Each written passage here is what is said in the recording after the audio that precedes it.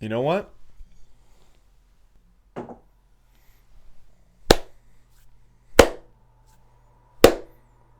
You fucking tried.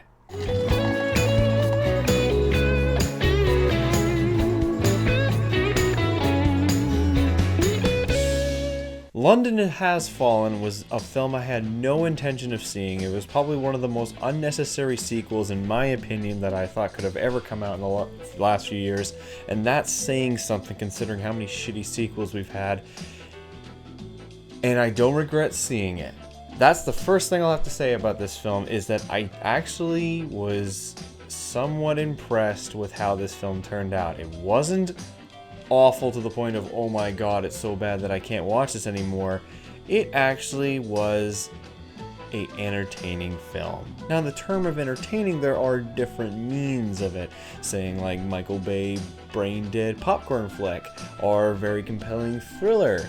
This film definitely falls in the middle, but I don't regret the fact that it's in where it is. This film, once again, follows Aaron Eckhart as the president and Gerard Butler as his amazingly badass Secret Service agent, someone Banner, and they go to London because someone died, and apparently this dude was so important that every single world leader had to appear at this event in London. And then there's terrorists, they kill a bunch of prime ministers of different countries, and of course the president is in danger, but super awesome Gerard Butler goes from being a meh character, like a really cheesy, very stereotyped character, to this badass with absolutely insanely over the top yet entertaining as fuck one-liners. For every joke that falls flat or is definitely bad, there is at least one that picks it right back up and just sends it right over the hill.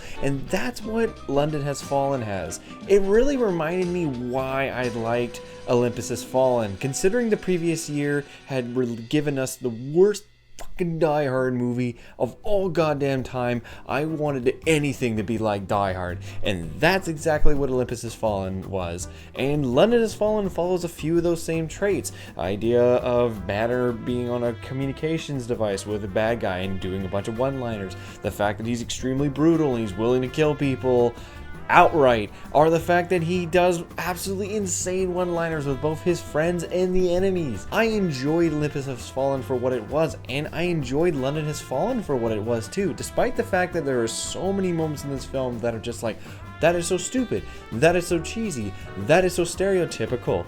It still is entertaining, and you know what?